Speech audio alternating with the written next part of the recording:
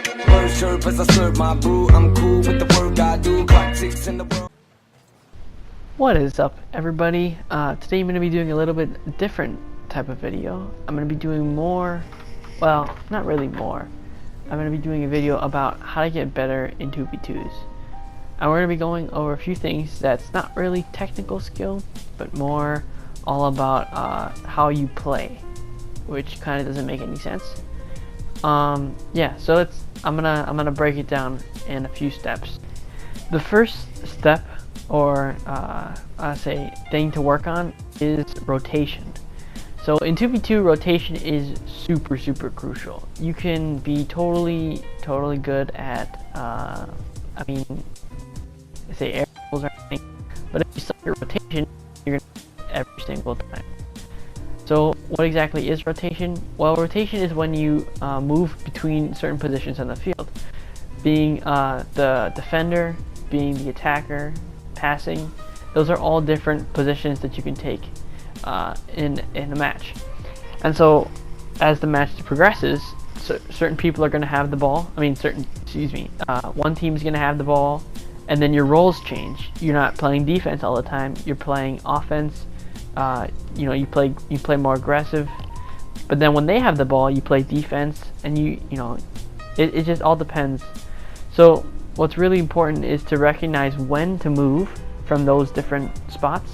So when to go from, say, attacking to defense, and then when to know with a teammate when to go, when to challenge or when not to challenge. Basically, this all boils down to when you're going to go for the ball and when you're going to let the ball alone, either for your teammate or for the other team, or just, you know, to let the ball alone. So this kind of is something that you really need to practice on, because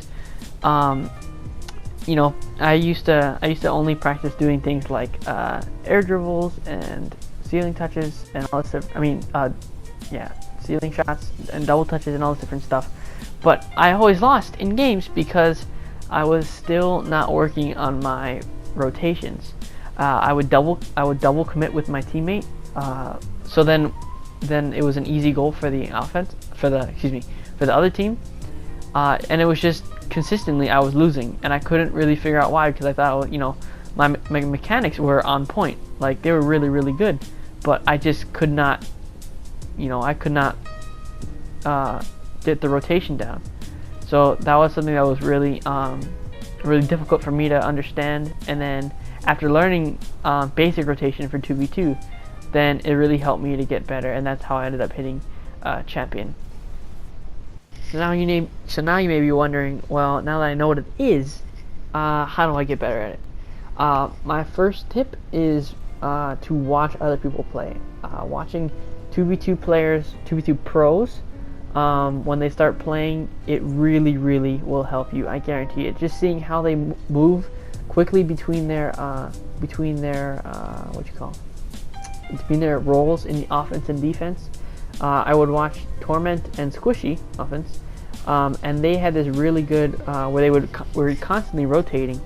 And after watching that, I was able to kind of implement it into my own game. And I think if you do the same thing, it will also work for you. And then also, if you're playing with a teammate, then communication. Making sure that you're not double committing when your teammate's going for something. A lot of times, you can't really see where your teammate is, so you rely on a lot of the communication. So making sure that you know where your teammate is most of the times on the field, you know, who's going for boost, who's going for the shot, that's going to be super important. So making sure that you have good communication is also super important. Okay, now for number 2 on how to get better at 2v2's, positioning. Positioning is really similar to rotations, but it's more in relation to your teammates and to the ball. Let me pull up a diagram real quick and show you what I'm talking about. So the Rocket League map is broken up into these sections, right? So basically, the rule of positioning is that you do not want to be too far away from your teammate, or too close. So, for example, you would not want to be in the same section as your teammate. if you could think of the maps, because they're all about the same size and proportion, so you could think about them like this, where you would not want to be in the same area or that little square where your teammate is. So you want to make sure that you you wouldn't be crowding your teammate, because then it makes it harder for them to move, and it also makes it easier for the other team to score based off one mistake. Another thing, you do not want to be too far away from your teammate. For example, if you're in the front, if they're in the front and you're in the back and you're trying to score, right? Then if he tries to pass it to you, then you have to go all the way up to the front, and it would not make any sense. It'd take you longer, and it'd leave you both open for the other team to score. So that's definitely something you want to avoid. So making sure that you're not in the same section as your teammate, and then making sure that you're not, the rule that I like to use is not more than one space away. So try to be around your teammate, either to the side or behind, but never right on top and never too far away. Third tip that you need is learning how to respect your teammates. Making sure that you can respect when they challenge, knowing that they might be able to, that they can do it. Pretty much relying that they can do it, giving them the benefit of the doubt, making sure that that you give them the opportunity to be a teammate and not just for you to do everything.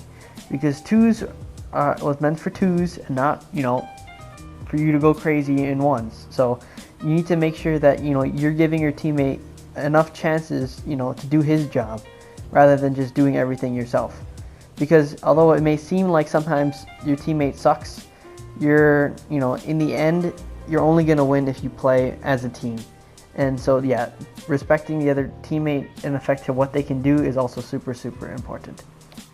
Last but certainly not least, step number 4 is that you need to work on your awareness. Awareness is something that it's not really talked about in games like Rocket League, but it is super important, especially because now with twos you're not just playing you and one opponent and the ball.